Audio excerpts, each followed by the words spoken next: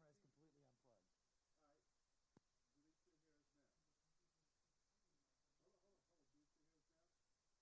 1, 2, 3. 1, 2, 3, 4, 5. Can you hear me? 1, 2, 3, 4, 5. Can you hear me? Check. Podium. 1, 2, 3. 1, 2, 3, 4, 5, 6, 7. Check. 1, 2. Okay, I'm gonna plug down, unplug out. See what's happening. Okay, perfect. Now, do they hear us? Okay, how about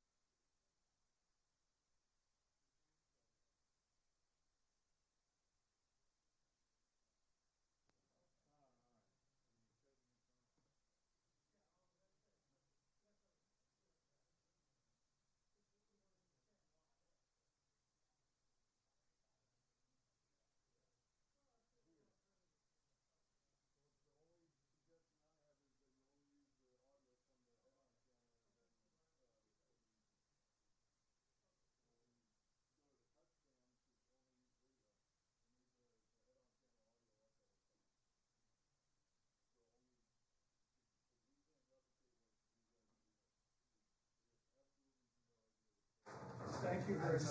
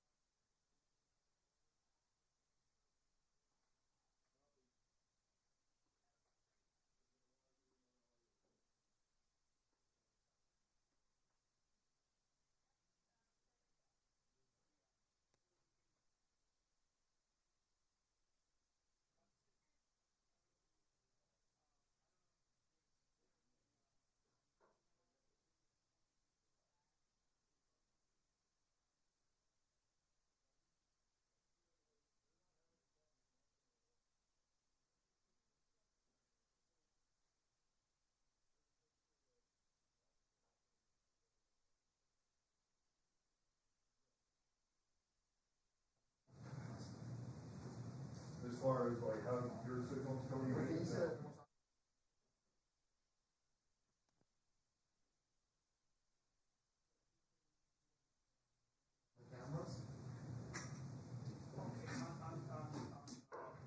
Harvey's camera, on the Cuts camera, he has a 20 decibel pad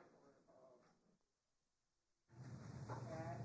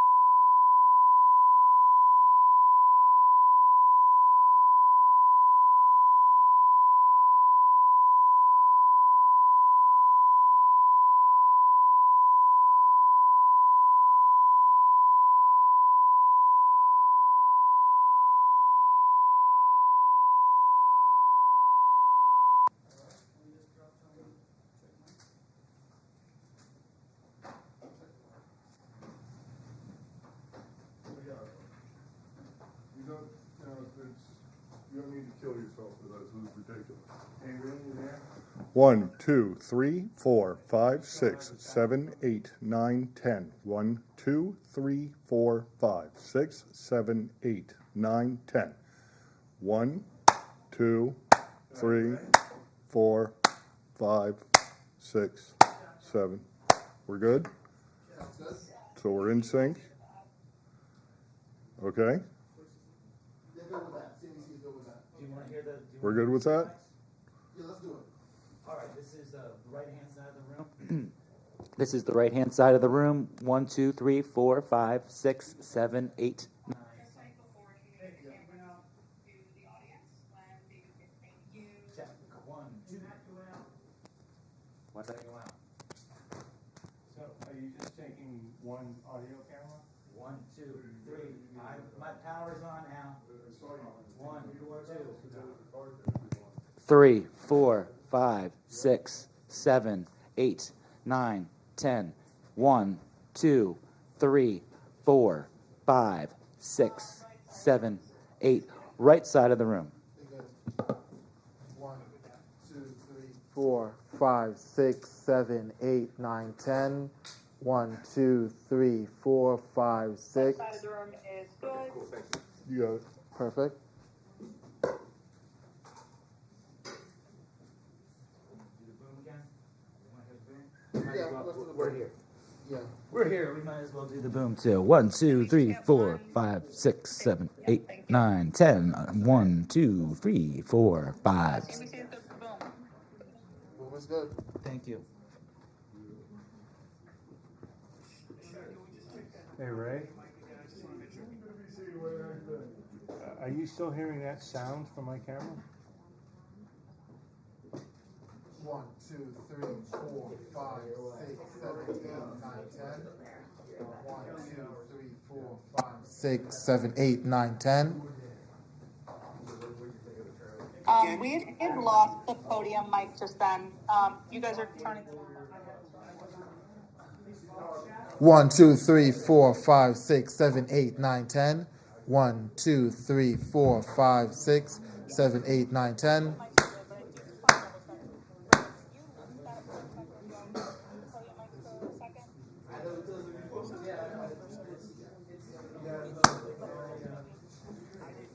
One, 2, 3, 4, 5, 6, 7, 8, 9, 10. I think they did, locally for a second, but it's better now, right? Yes, it's good now. I just wanted to double Yeah, check. that's why I wanted to go back to the podium to make sure. Oh. Are you good with side and everything? I saw you guys white balance the head on. Can we get a white balance on the side as well, please? You can do a white balance on the side.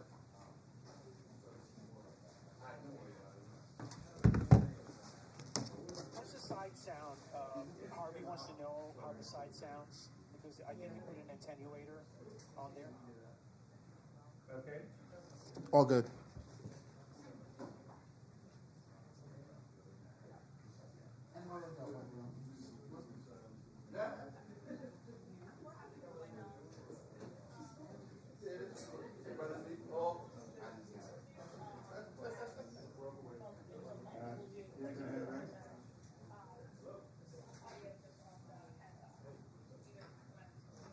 What I did was I took it off of auto audio and lowered the, because it's line level, so I just lowered it to the levels. Are you getting that? Is it cleaner now?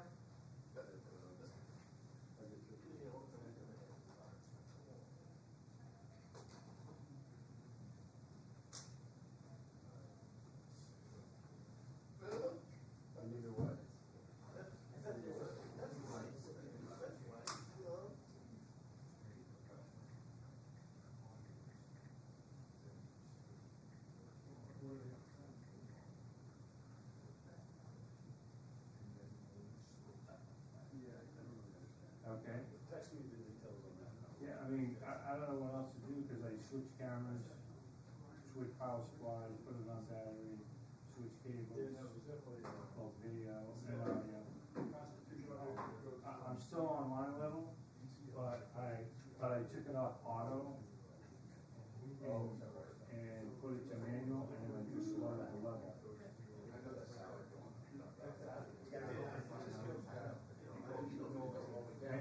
Maybe the line level was pushing it too much. I mean, if, well, I don't see how you get audio before the audio wasn't even plugged in.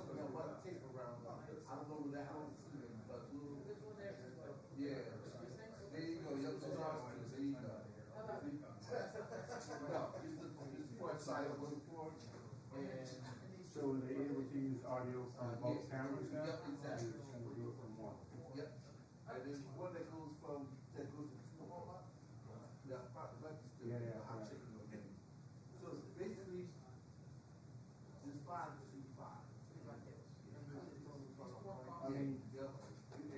you want me to try to lower the level on it more, or? It was labeled, yeah, rather, Okay. Yeah, all right.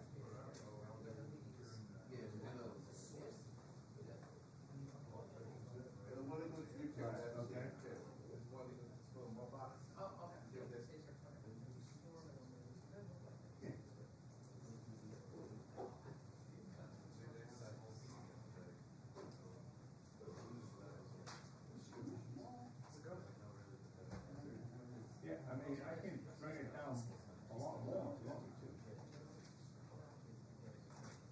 All right.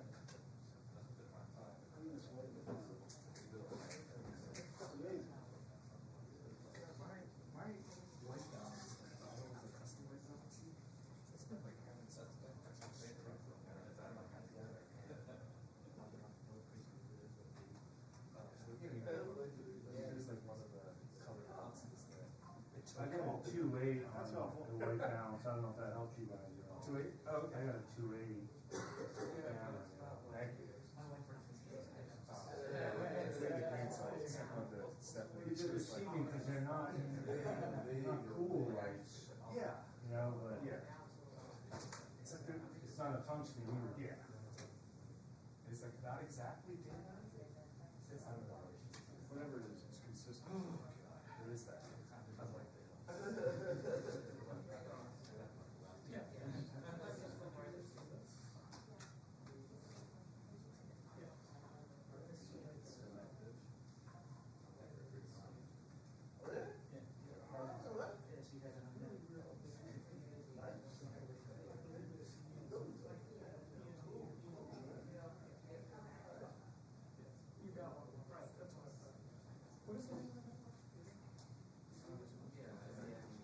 Yeah.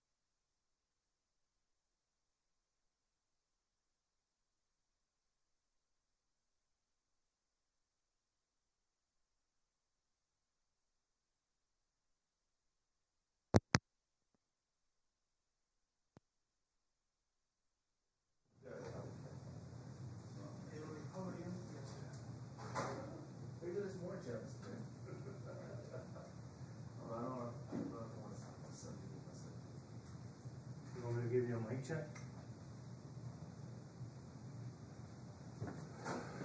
Audio check 1, 2, 3, 4, 5, 6. This is the FMOC meeting. Rates, we're going to jump up 6%. Just kidding, guys. Only 4.5. Right? 1, 2, 3, 4, 5. Check 1, 2, 3, 4, 5.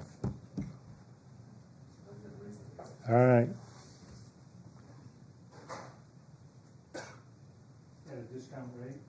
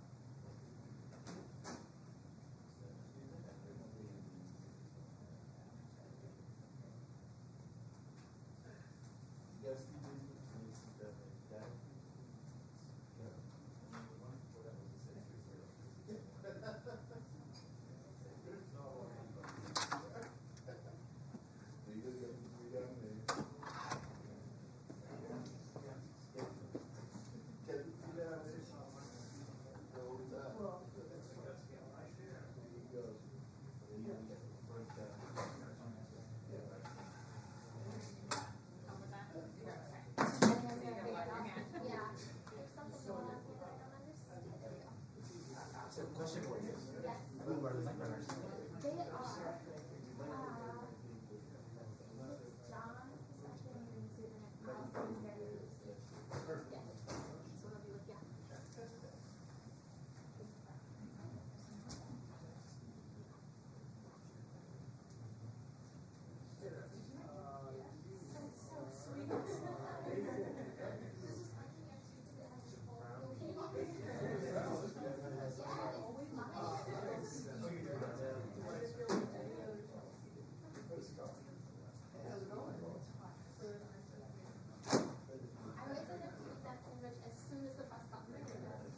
second, Yeah, like as soon as he's off the stage, I have like a full sandwich in my mouth. She wants during the whole thing to see if he would I do not want to watch like TV, me in the background cringing That'd be great. You're like the episode of The Office. Absolutely not. Michelle would be so mad. And I would be so stressed.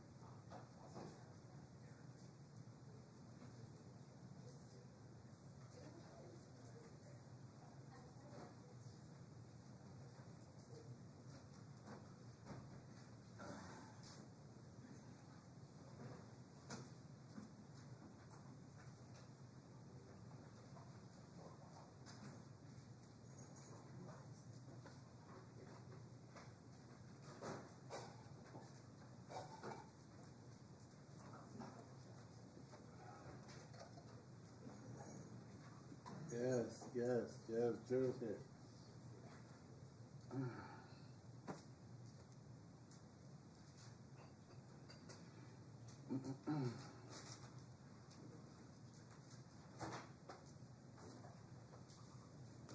Who? Say it again?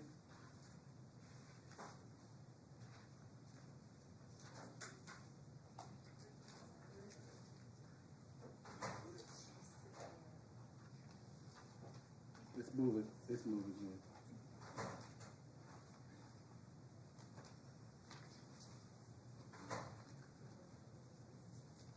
Who's there? Yeah.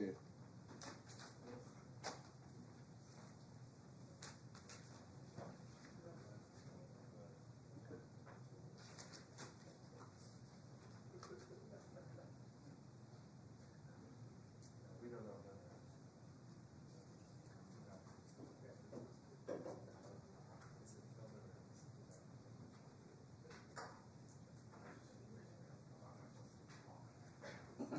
Okay.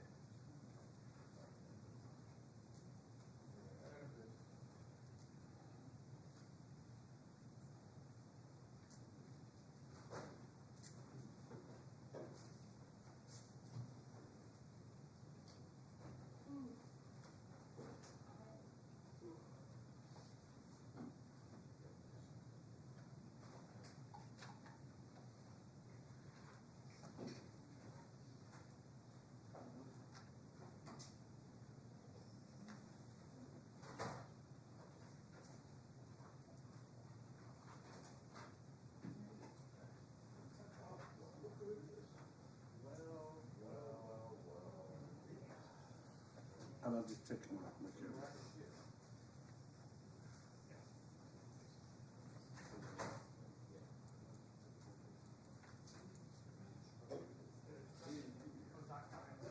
We'll take this. We'll take it up.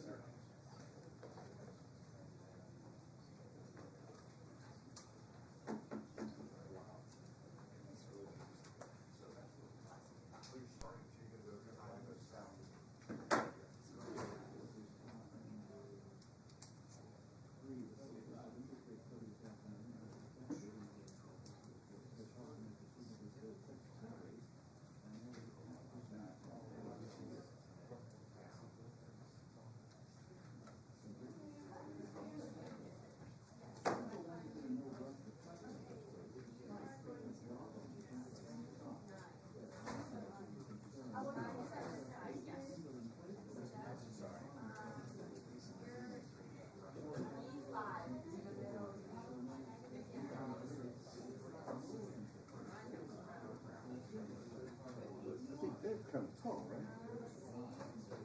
A little taller than you, right? Hey, New York.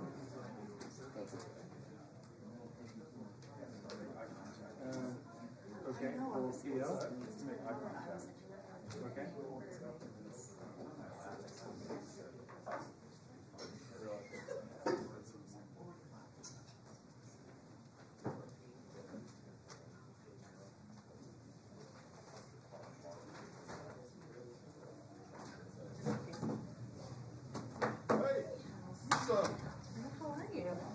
Good to see you. Fancy meeting in here. Hey, this is Anything going on? reserved for PL.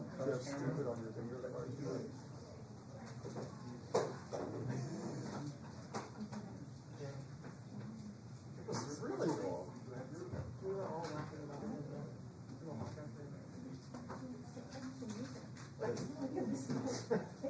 Okay.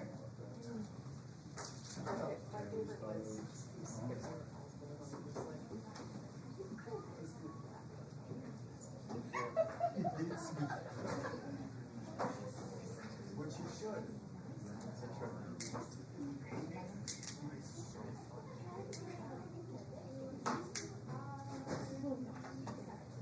He sounds like my kids. Yeah. Well. Yeah. I mean, no, it's a Beavis and Butthead.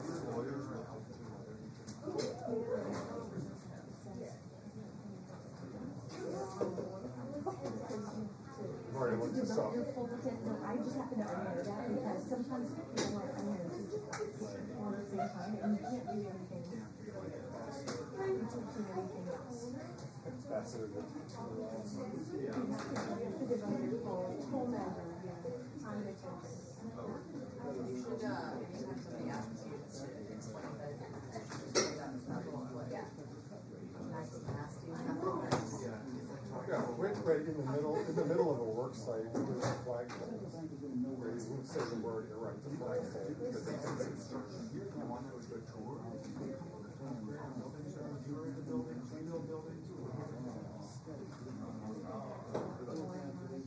Hi, how are you?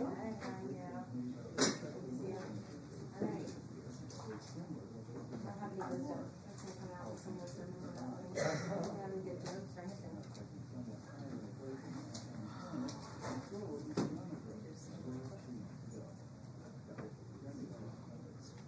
How are you?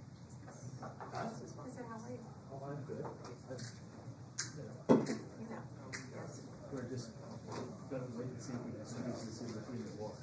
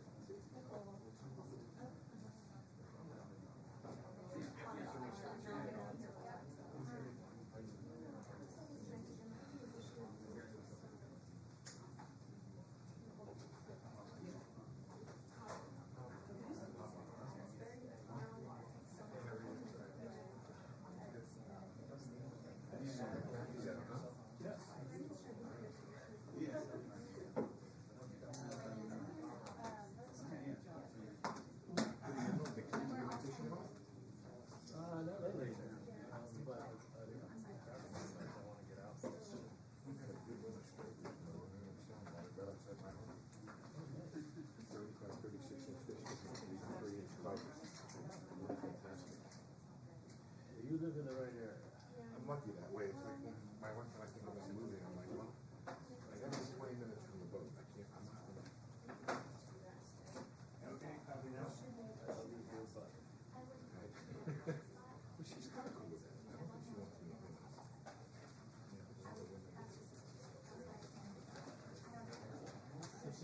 That's the house on it, you know? What?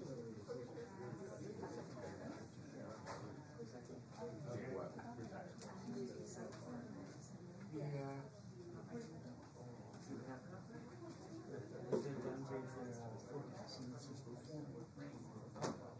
Yeah, my first God two is that I- God is We'll try to do this. Good. Yeah. There are 5 minutes before the news conference begins. When the news conference begins, the chair will make a brief opening statement and then take questions. If you have a question, please raise your hand and Michelle Smith, who will be standing where I am now, will call on you. When you're called on, please wait for the microphone to be passed to you. There will be one on each side of the room. Also, please take a moment to silence phones, laptops, and any other electronic devices that might make noise. I'll be back shortly with a 2-minute warning. Coming over, but there's not that much parking on the road. Well, I saw this. Any rain around here. You have trouble with that shit heading east to 40. 6 o'clock train.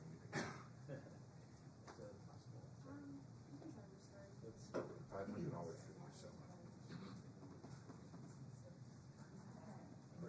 I'm not paying for it, but it still feels good. Give us 50-50 chance.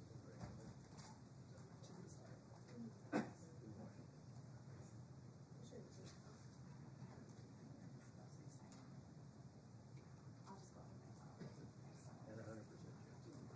In New York, 100?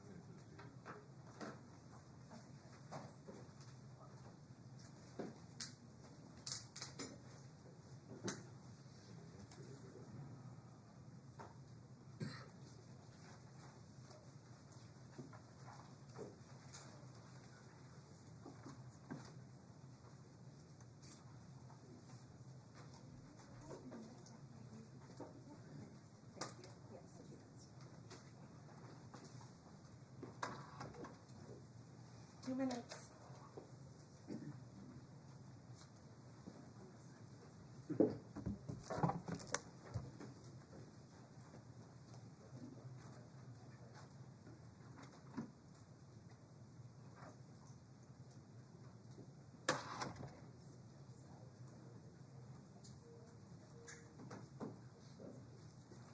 Everyone take a minute to silence their phones and laptops, please, and let us hear something go off. Thank you.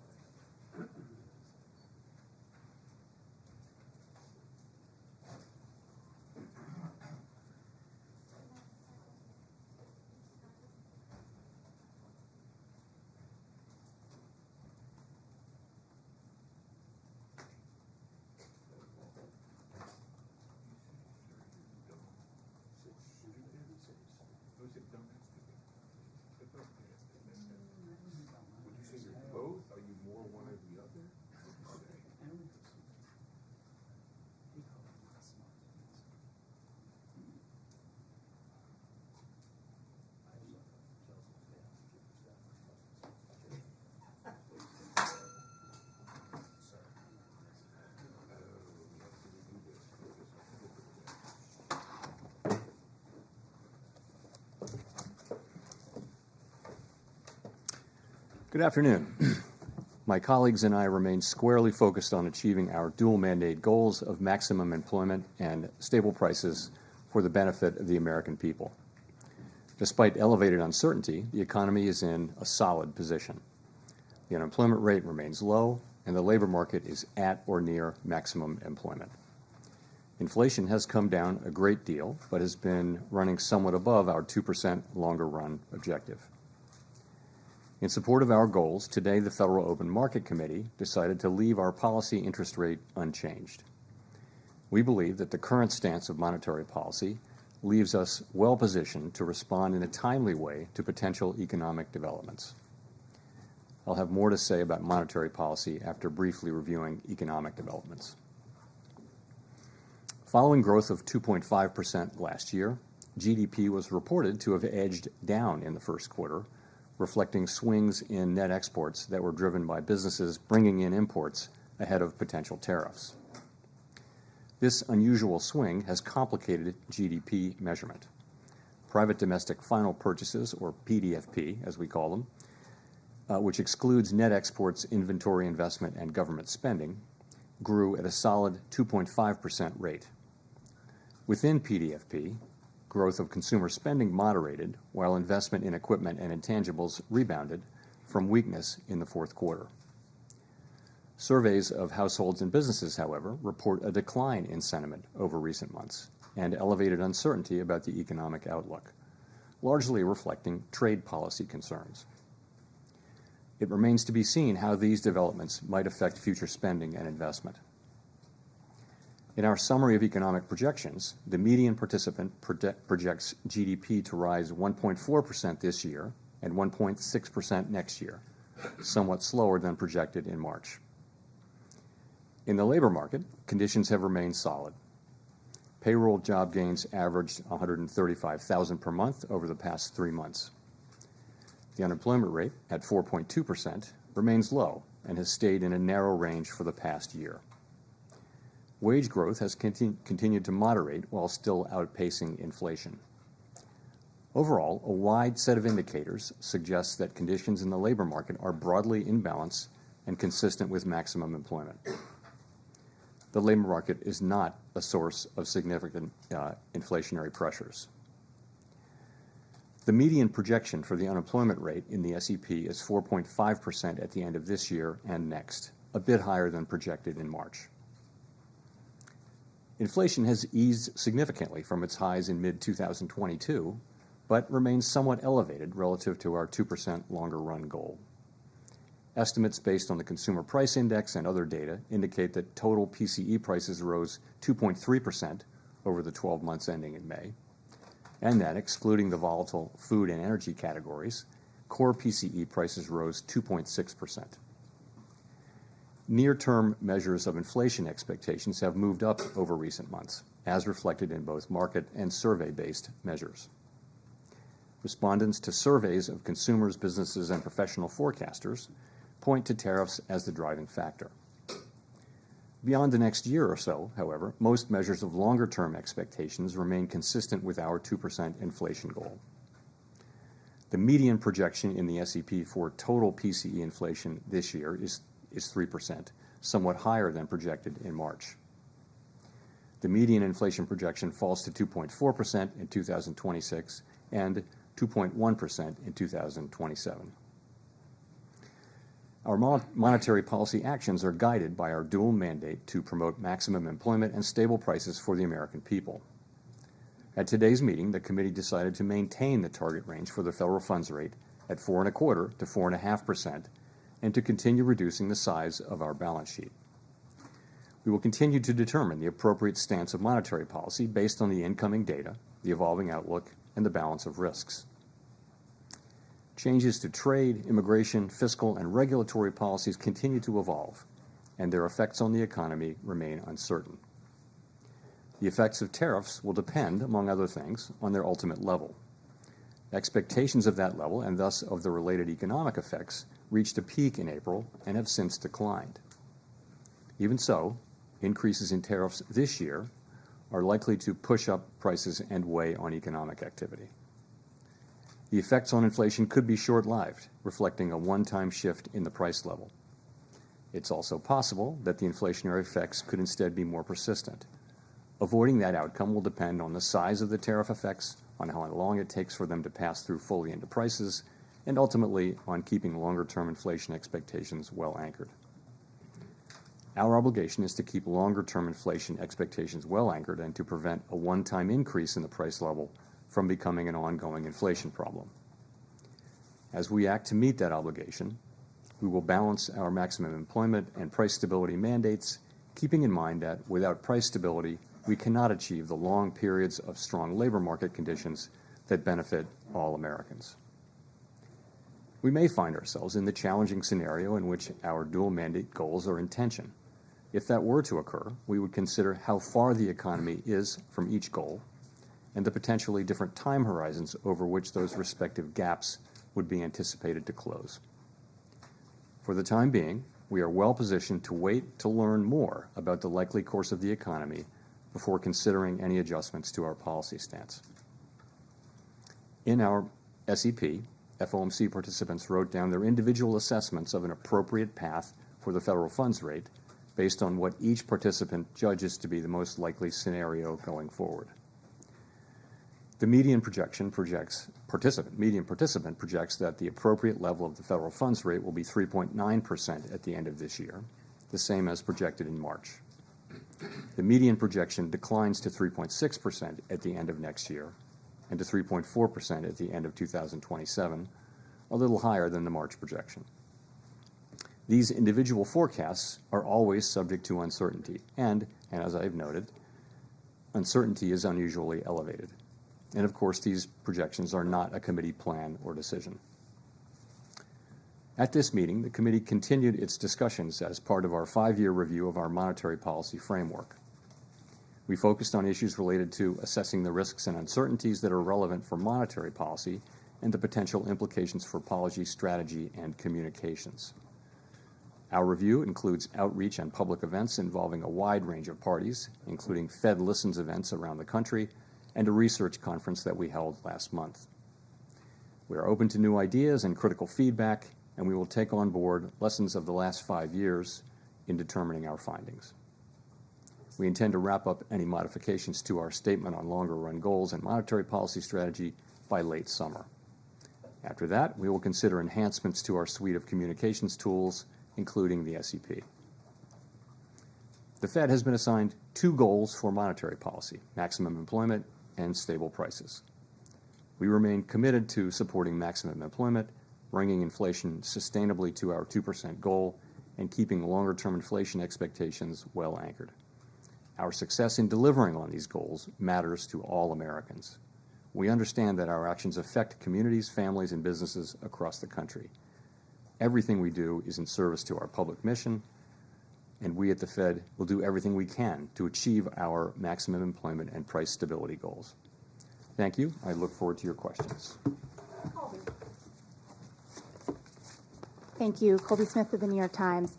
To what extent has the more limited impact from tariffs at this stage on inflation changed your view on what the ultimate economic fallout will be from these policies and the timing of when they will materialize in the data? So we've had 3 months of favorable inflation readings since the high readings of January and February, and that's, of course, highly welcome news. Part of that just is that services, core services, both housing services and non-housing services, have really been grinding down toward levels that are consistent with 2% inflation. So that's the good news. We've had goods inflation just moving up a bit, and of course we expect, as you point out, we do expect to see more of that over the course of the summer. It takes some time for tariffs to work their way through the chain of distribution to the end consumer. A good example of that would be goods being sold at retailers today may have been imported several months ago before tariffs were imposed. So we're beginning to see some effects, and we do expect to see more of them over coming months. We do also see price increases in some of the relevant categories like personal computers and audiovisual equipment and things like that are attributable to tariff increases. In addition, we look at surveys of businesses, and there are many of those, and you do see a range of things, but many companies do expect to put all or some or all of the effective tariffs through to the next person in the chain, and ultimately to the consumer. Today, the amount of the amount of the tariff effects, the size of the tariff effects, their duration and the time it will take are all highly uncertain. So that is why we think the appropriate thing to do is to hold where we are as we learn more. And we think our policy stance is in a good place where we're well positioned to react to incoming developments. So in terms of how we should interpret the rate cuts penciled into the SEP, is this reflecting that there's this expectation that underlying inflation will just stay well enough contained that allows the committee to eventually move ahead with those cuts? Or is it about responding to a deterioration in economic activity, let's say? I mean, how should we make sense of the forecast? So if you look at the forecast, you will see that people do generally expect inflation to move up and then to come back down. But we can't just assume that. Of course, we don't know that. And, our job is to make sure, one of our jobs is to make sure that a one-time increase in inflation doesn't turn into an inflation problem. And that, again, that will depend on the size of the effects, how long it takes for them to come in, and ultimately on keeping inflation expectations anchored.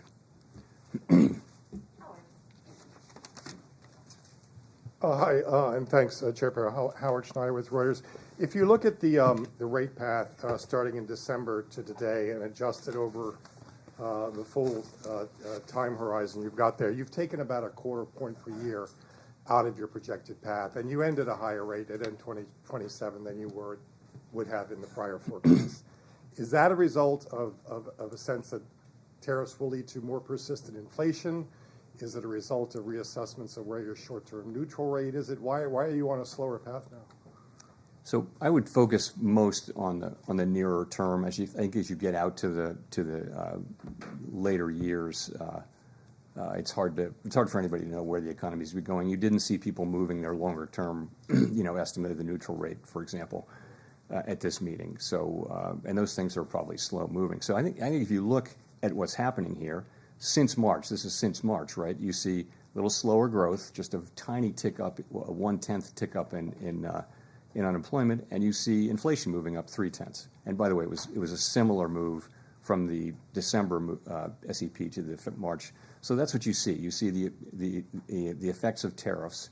I think we learned in April, after the March meeting, that substantially higher tariffs were likely. And then since then, the estimates of where the tariffs will be have actually moved back down, although still at an elevated level. So we're adapting in real time. And what you see is an accumulation of individual assessments. You say in the statement that risks have diminished on that front, but the July 9th, drop dead date for all the Liberation Day tariffs is still out there and unresolved. You've got now exchange of missiles between two Middle East adversaries with a possible U.S. involvement. How can you justify saying that risks have diminished? So what we said was that uncertainty uncertainty about the economic outlook has diminished but remains elevated. Many surveys say that. They do. So and that's actually a line from the Teal book, which you can see in 5 years. Remember to check that. Maybe the war will be over. No, but if you think about it, tariff uncertainty really peaked in April, and since then has come down. And that's really what that's just acknowledging. It's diminished, but still elevated. That it's uncertainty. So I think that's an accurate statement. Thank you. Chris Rugaber at Associated Press. There is an argument out there in favor of cutting rates more immediately. Inflation has continued to cool and is back to roughly 2% despite the tariffs. And I guess I also wanted to ask about cracks in the job market with gross hiring slowing, concentrated in just a few industries.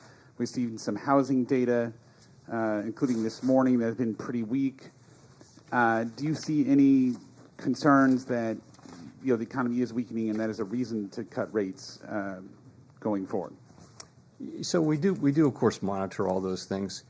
I think if you look at the overall picture, what you're seeing is 4.2% unemployment and an economy that's growing at a rate hard to know given the unusual flows in the first quarter, but it appears to be 1.5%, 2%, maybe a little better than that.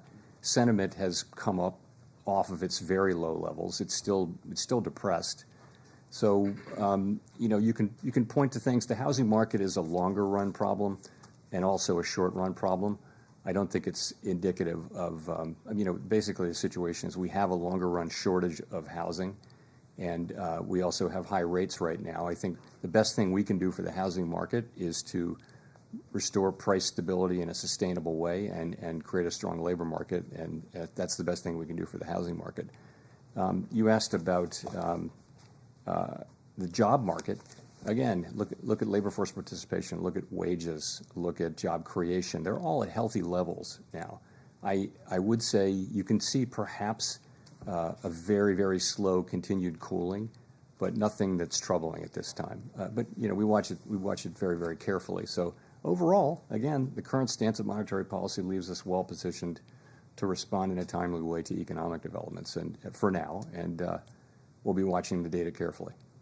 Well, just quickly on, given that there are concerns inflation will rise, but there is the alternate scenario that tariffs would create demand destruction and slow growth sufficiently, and that would perhaps keep a bit of a lid on inflation.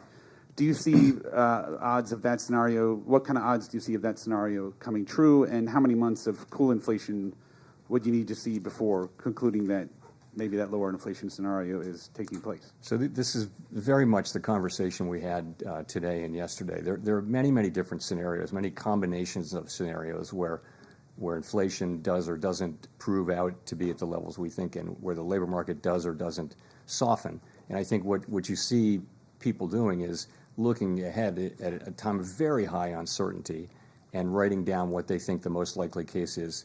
No one holds these rate paths with a great deal of conviction, and everyone would agree that they're all going to be data dependent, and that you can make a case for any of the rate paths, I think, that you see in the SEP. And we do this once a quarter. It's a hard thing to do particularly at this time, but it does reflect. If you see somebody writing down a rate path that involves cuts, that's them saying, yes, I think we will get to a place, more likely than not, where cuts will be appropriate. And it could be a joint probability of a number of possible outcomes. Again, remember how much uncertainty we face, though. Thank you. Mr. Chair, I wonder if you could describe for us some of those scenarios. How do you get to a place? I'm noticing that the uncertainty levels in your forecast are very high. How do you get to a place where you have the confidence in the outlook for, say, inflation and or growth or the unemployment rate? How many months does it take, and what do you want to see in the data to get to that level of confidence to actually reduce rates off the restrictive level? So it's very, very hard to say when that will happen. We know that the time will come. It could come quickly. It could not come quickly. As long as the economy is solid, though, as long as we're seeing the kind of labor market that we have and reasonably decent growth and inflation moving down, we feel like the right thing to do is to be where we are, where our policy stance is, and just learn more. And in particular, we feel like we're going to learn a great deal more over the summer on tariffs. We hadn't expected them to show up much by now, and they haven't. And we will see whether, to the extent to which they do over coming months. And I think that's going to inform our thinking, for one thing. In addition, we'll see how the labor market progresses. So at some point it will become clear. I can't tell you exactly when that will be. And meanwhile, we'll be watching the labor market very carefully for signs of weakness and strength, and tariffs for signs of what's going to happen there. And of course, there are many developments ahead. Even in the near term, developments are expected on tariffs. So I think we don't yet know with any confidence where they will settle out. We have an estimate, and I think all estimates are now pretty close together, but it's highly uncertain. When you say estimate of the impact of tariffs on the core PCE, is that what it is? And could you share that? What you start with is what's the effective tariff rate overall, and people are managing to that. But the pass-through of tariffs to consumer price inflation is a whole process that's very uncertain. As you know, there are many parties in that chain. There's the manufacturer, the exporter, the importer, the retailer, and the consumer. And each one of those is going to be trying not to be the one to pay for the tariff. But together, they will all pay for it together, or maybe one party will pay it all. But that process is very hard to predict. And we haven't been through a situation like this. And I think we have to be humble about ability to forecast it. So that's why we need to see some actual data to make better decisions. We'd like to get some more data. And again, in the meantime, we can do that because the economy remains in solid condition.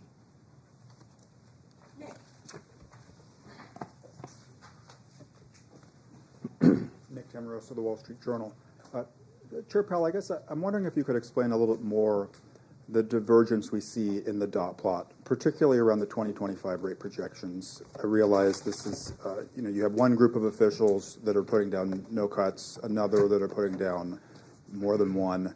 And again, recognizing that could be difficult to summarize, but is it a matter of people having a different outlook or a different reaction function, a different commitment to defending against another inflation mistake? How did that play out over the last 2 days? So you're right. This is often the case. We have a pretty healthy diversity of views on the committee. We did have strong support for today's decision and broad agreement that our policy stance does leave us in a good place. But I would point to two factors, and you mentioned them. The first is just that parties have a diversity of forecasts, and they do align with where their dots are. So if you have a higher inflation forecast, you're going to be less likely to be writing down, more cuts. But remember, as we see more data, we're going to learn more about where inflation is headed, and that means when it is time to look at resuming our normalization process, the differences you see should be smaller because we'll have seen actual data. Right now, it's just a forecast in a very foggy time. So that's the first part, is forecast. Secondly, people can look at the same data and they can evaluate the risks differently, as you know. And that includes, the risk of higher inflation, the risk that it'll be more persistent, the risk that the labor market will weaken. People are going to have different assessments of that risk. So that you put that in there too. So those are the two ways that the two things I think that drive these things. Remember though, as I mentioned earlier, with uncertainty as elevated as it is, no one holds these rate paths with a lot of conviction. So that's really where it is. It's a function of those things, and I think as the data come in, you should see those differences diminish. If I could follow up, you've said the policy is in a good place and that it's modestly restrictive. Given all the uncertainty you just talked about, tariff levels, uncertainty around the pass-through, is it price increases versus margin compression, some of the softness that Chris talked about in labor and housing, why wouldn't it be better to have rates at a more neutral setting as the economy heads into this period of very high uncertainty? So if you just look backward at the data, that's what you would say, but that's not. We have to be forward-looking, and the thing that every forecaster, every outside forecaster, and the Fed is saying is that we expect a meaningful amount of inflation to arrive in coming months, and we have to take that into account. So I think a backward-looking look would lead you to a neutral stance, but we can't. We have to look at that, and because the economy is still solid, we can take the time to actually see what's going to happen. There's a range of possibilities on how large the inflation effects and the other effects are going to be. So we'll make smarter and better decisions if we just wait a couple of months or however long it takes to get a sense of really what is going to be the pass-through of inflation and what's going to be the effects on spending and on hiring and all those things. Michael McKee from Bloomberg Radio and Television. Your friend down at 1600 Pennsylvania Avenue continues to lob insults in your direction, and I'm wondering, given now that the Supreme Court has maybe carved out the Fed from some of the legal implications of that, whether this is just noise that the markets and everybody should ignore until your term is up, or whether you worry that it could lead to more pressure on confidence on Wall Street, on consumers, about the outlook for the economy. Look, from my standpoint, it's not complicated. What everyone on the FOMC wants is a good, solid American economy with a strong labor market and price stability. That's what we want. We think our policy is well positioned right now to deliver that and to be able to respond in a timely way as the data lead us around. The economy's been resilient, and part of that is our stance. And again, we think we're in a good place on that to respond to significant economic developments. That's what matters. That is what matters to us. Pretty much that's all that matters to us. I need to ask, assuming you are not reappointed, would you stay on as governor when your term as chair ends? I'm not thinking about that. I'm thinking about this. Andrew. Thanks, Mr. Chairman.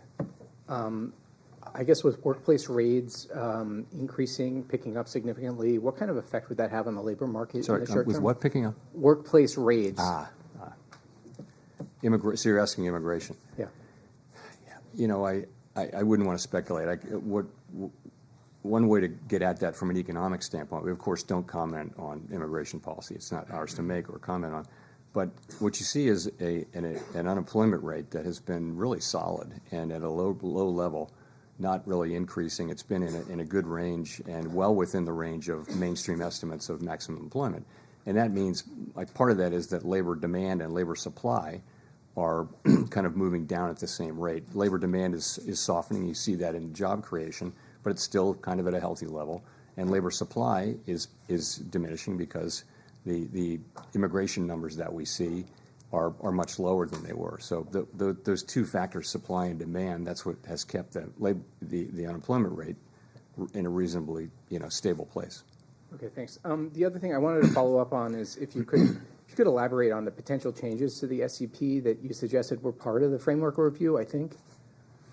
So the framework review really has two tracks, right? The first track is our policy framework that is reflected in the consensus statement. And we've said that we would finish that and announce it by the end of the summer. So we're well along in that process. We've had the meetings that we need to have, and we're now going to be going into, into discussions about, specific changes to language. So that's the framework part of it. The second part of it is our communications tools and practices. Pardon me. And that part comes next. Okay, that's what we're going to do in the meetings this fall. Actually, what we did at this meeting, though, is we sort of prepared the ground for that. We had a meeting where we talked at a high level about a number of ideas. The SCP is part of it. Many other ideas. It's sort of, how do we think our communications can be improved? There are a number of ideas. People offered a really, it was a great conversation, number of ideas, but we're going to look at those with staff briefing and a lot of thought in the fall. And I would say when it comes to changing communications, I would only support things really only implement things that have very broad support. And also you want to be really careful because I think our communications are pretty well received. They're not broken. So more is not necessarily better, but better is better. So we're going to be looking at ways to do things that will improve the clarity of what we do for the benefit of the public.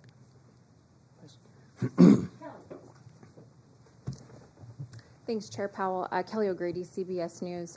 You're famously known as the guy that makes decision based on data instead of speculation. You said today the inflation data is in a good place. We don't know how tariffs are going to impact prices going forward. That's uncertain. But I've got to go back to the last time that you cut rates in December, and there was still the what if of tariffs. So what made you feel comfortable cutting then when inflation was higher than where it is today and you didn't cut today? Well, the forecast for inflation in December was 2.5%. Core PCE for 2025, the forecast was 2.5%, which was a good inflation forecast.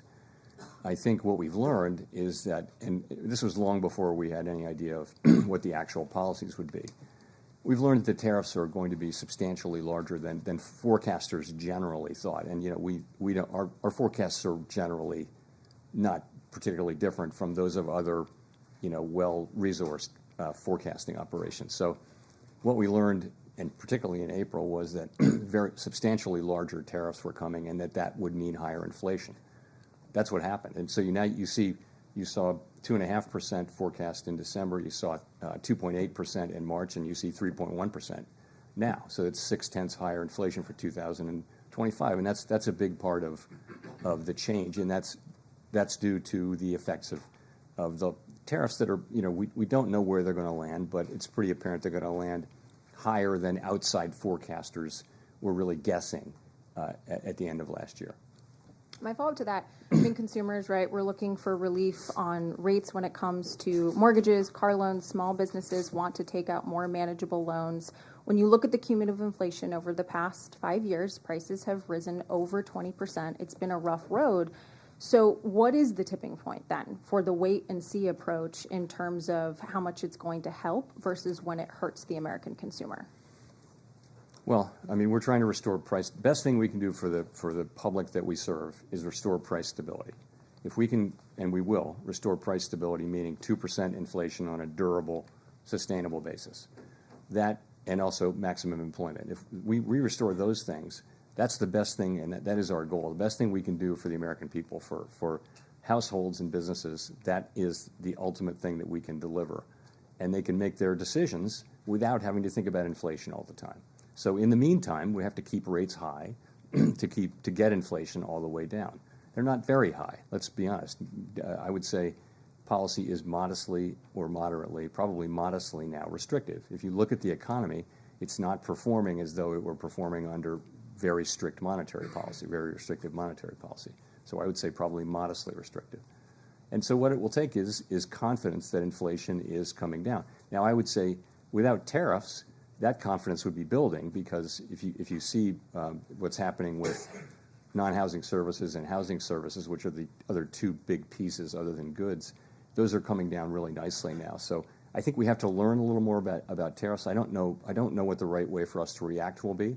I think it's hard to know with any confidence how we should react until we see really the size of the effects, and then we can start to make a better judgment. So that's what we're doing, and I think we can take the time to do that because unemployment is 4.2%.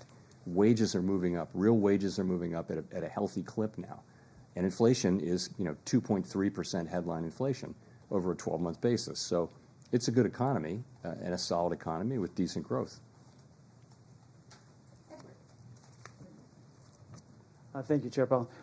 So you're saying that uncertainty has come down, the economy is moving at a solid pace, inflation has come down over the past 3 months, and this is all moving in the right direction. So are you indicating here that Americans should expect some sort of economic pain in the second half of the year? I'm not saying that at all. From our standpoint, what I can say is that the U.S. economy is in solid shape. Inflation has come down. The unemployment rate remains at 4.2%. As I mentioned, real wages are moving up. It's a good job creation is at a healthy level. Unemployment, again, as I said, low. Labor force participation in a good place. So, and what we're waiting for to reduce rates is to understand what will happen with really the tariff inflation. And there's a lot of uncertainty about that. Every forecaster you can name who is a professional forecaster with adequate resources and forecasts for a living is forecasting a pretty significant. Everyone that I know is forecasting a meaningful increase in inflation in coming months from tariffs, because someone has to pay for the tariffs, and it will be someone in that chain that I mentioned between the manufacturer, the exporter, the importer, the retailer, ultimately somebody putting it into a good of some kind, or just the consumer buying it.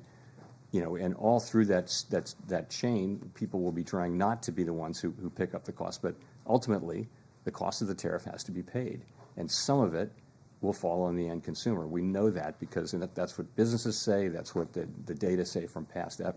So we know that's coming, and we just want to see a little bit of that before we make judgments prematurely. And follow up on that. So you spent years ago talking about how you're data dependent, and be a little more direct on this. Now you're making decisions looking forward. Doesn't the data you're seeing today indicate there should be a rate cut? No, I mean, your monetary policy has to be forward-looking. That is elementary. You've got to be looking. I always talk about the incoming data, the evolving outlook, and the balance of risks. We say that over and over and over again, right? So it's always forward-looking. If at the very beginning of the pandemic, we cut rates to zero immediately. Nothing had happened. We just knew that it was going to be really bad, right? So we took very aggressive forward-looking because we knew things were going to be unusually difficult. So, of course, this is something we sort of know is coming. We just don't know the size of it. And again, the economy seems to be in solid shape. So the labor market's not crying out for a rate cut. Businesses, in a bit of shock after April 2, but you see business sentiment, you talk to business people now, there's a very different feeling now that people are working their way through this, and they understand how they're going to go, and it feels much more positive and constructive than it did 3 months ago, let's say. So, again, we think that our current stance of monetary policy is in a good place.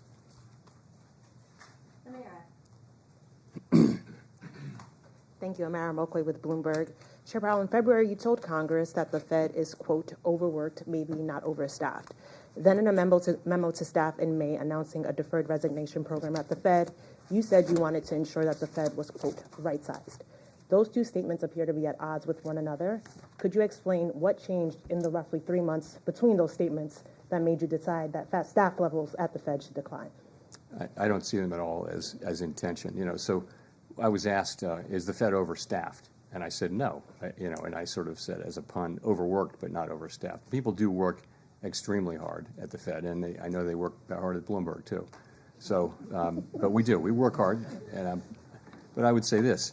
So we are careful stewards of public resources, and sometimes you need to show that. So there have been several times in our history, modern history, where the Fed has said, you know what, we're going to do a buyout. We're going to show the public. We're going to demonstrate that we are good stewards of public resources. So we thought, and I thought, that this is a time when we can, we grow at about, our headcount has grown at about 1% a year.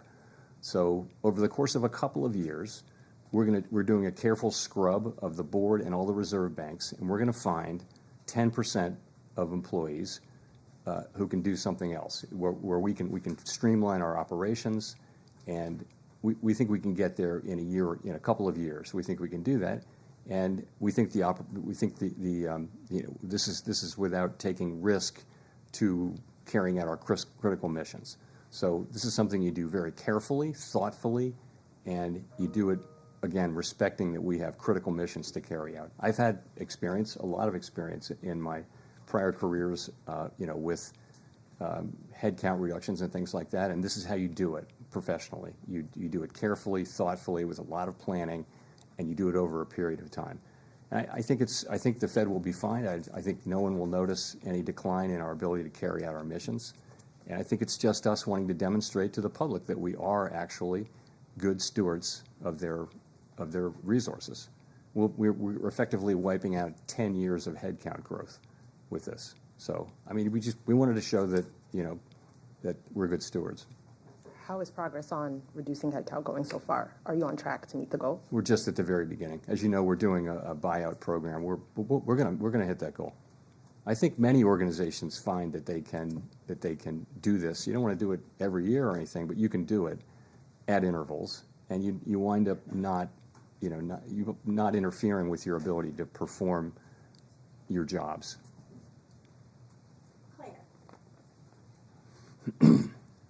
Chair Powell, Claire Jones from the Financial Times. As you're no doubt aware, the Senate Finance Committee has tabled its version of the reconciliation bill this week, and I was wondering if you could tell me a little bit about the tenor of the debate at the FOMC over the past few days on fiscal policy and the degree to which that influenced people's projections for 2026 and beyond. Thank you. Yeah, so we don't sit around and debate or really discuss. We take fiscal policy as fully exogenous, and so we actually really didn't talk about the bill or the contents of it. It's still evolving. When it gets closer, remember also we have a very, very large economy, and the effects will be at the margin, I expect that they may already be in, but they will be in by the next meeting. We'll make an estimate, but it's not a major thing. It's nothing that we discuss. It may have been mentioned a couple of times, but as something that's coming in. But I think the outcome is, we don't know the outcome yet there, so hard to be real specific. Neil. Thanks, Chair Powell. Neil Irwin with Axios. There have been some cutbacks in economic statistics collection in the last few weeks. Worries that long-running problems around funding and response rates may be getting worse. How much is this concern on your radar? How much confidence do you have that the gauges you're watching to assess the economy are reliable right now? Two things. One, the data we get right now, we can do our jobs. I'm not concerned that we can't do our jobs. That's not the point. The point really is that we are starting to see, layoffs and important gatherers of data are saying that they're having to cut back on the size of their surveys. That's going to lead to more volatility in the surveys. I think we should take a step back and, from our standpoint, and I think the standpoint of businesses and governments and everyone, having really good data on the state of the economy at any given time is a huge public good. It helps, it not just doesn't help the Fed, it helps the government, it helps Congress, it helps the executive branch. More importantly, really, it helps businesses. They need to know what's going on in the economy. The United States has been a leader for many, many years in this whole project of measuring and understanding what's happening in our very large and dynamic economy. And I hate to see us cutting back on that, because it is a real benefit to the general public that people in all kinds of jobs have the best possible understanding of what's happening in the economy and hence what's likely to happen. It's very hard to measure what's going on in the U.S. economy. If you read, there was a book called, it's really remarkable how many things you need to understand to estimate U.S. GDP. Very, very difficult, and it's so important that we get it right. I just would say it's not a place to I would want to keep investing in that, for the good of the general public. Victoria.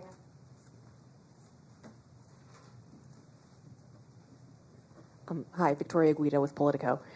So you're conducting this monetary policy strategy framework review, but next year we're supposed to have a new Fed chair, and I'm wondering if that affects at all the way that you're approaching this. How do you ensure that this framework will actually be durable?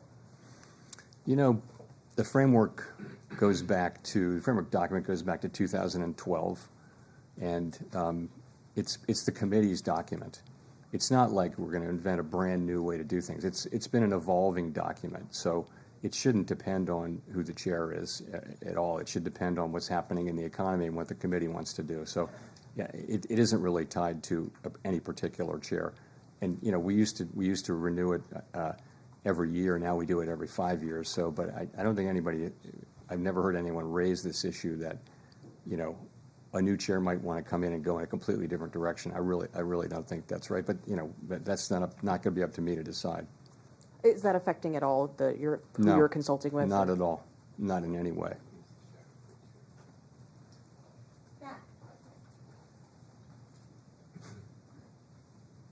Thank you. Chair Powell, Matt Egan from CNN. Relatively low gas prices this year have helped drive down inflation in recent reports, but that trend is starting to reverse given the crisis in the Middle East. How are you thinking about how the Israel-Iran conflict will impact the economy, especially inflation? And what lessons were learned during the 2022 period when another conflict, the Russia-Ukraine war, sent oil and gas prices skyrocketing? So, of course, we're watching, like everybody else is, what's going on. I really don't have any comment on that. Possible that we'll see higher energy prices. What's tended to happen is when there's turmoil in the Middle East, you may see a spike in energy prices, but it tends to come down.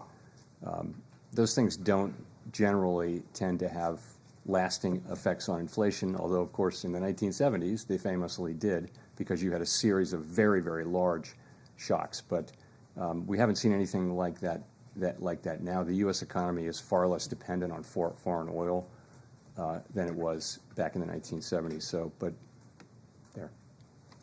A quick follow-up. I've just got to ask you about artificial intelligence. Some technology executives have recently been warning that AI could wipe out a large chunk of entry-level jobs and significantly increase the unemployment rate. I'm wondering how concerned you are, if at all, about the threat that AI poses to employment. So this is the question. The question really is, will AI be more augmenting labor or replacing labor? And I wouldn't, we all see those announcements, including one today. I wouldn't, overread a couple of data points, because, AI should be creating jobs at the same time. It may be replacing, it may be doing both.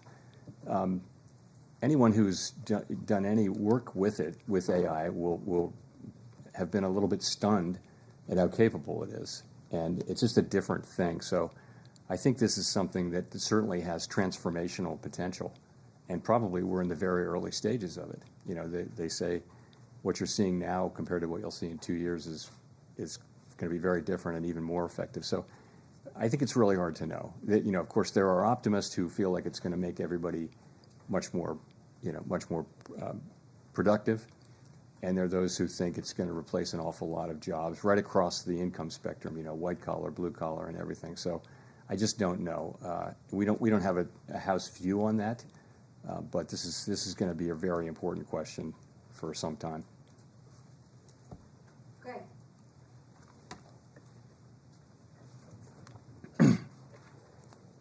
Thank you. Greg Rapp from MarketWatch.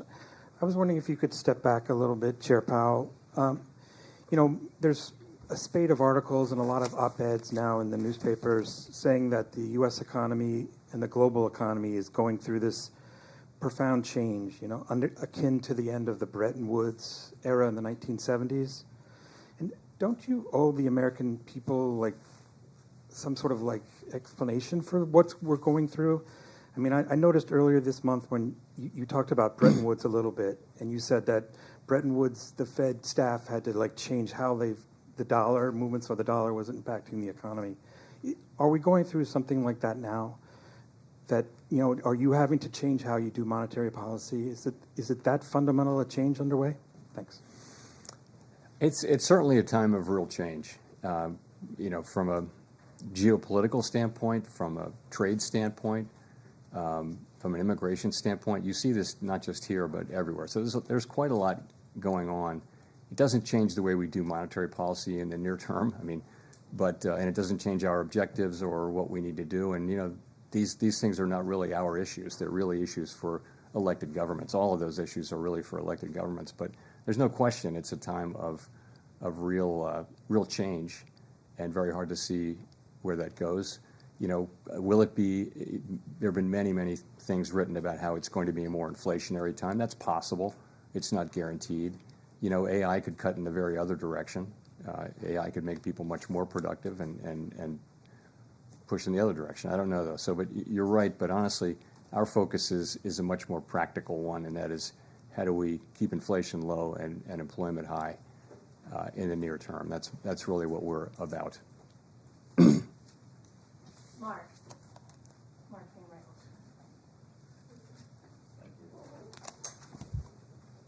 Hello, Chairman Powell. Mark Hamrick with Bankrate. What is the view about the growing amount of slack in the job market, including the softening in payrolls, the forecast of a modest rise in the unemployment rate, and the ability of workers to demand wage hikes or not in this environment where you have inflation surging? You don't really see unemployment going up. You don't see increased slack, really. I mean, at the margin, remember, you're at 4.2% unemployment. That was, for many years, that was an extremely low level. It happens to have come up off of an even lower level as we came out of the pandemic. We were as low as 3.4%, but 4.2% is probably at the low end of estimates of the longer run, sustainable level of natural rate of unemployment. So I guess I wouldn't agree with that. And also, in terms of wages, you know, real wages after inflation have been moving up sort of more than was consistent with 2% inflation. They're still moving up at a healthy clip, and I think much more consistent with 2% inflation given a reasonable assessment of trend productivity. So it's a pretty good labor market. You know, you're right that the level of job creation has come down, but so has the supply of workers, the change in the supply, the new supply. So you've seen the unemployment rate remain pretty stable at 4.2.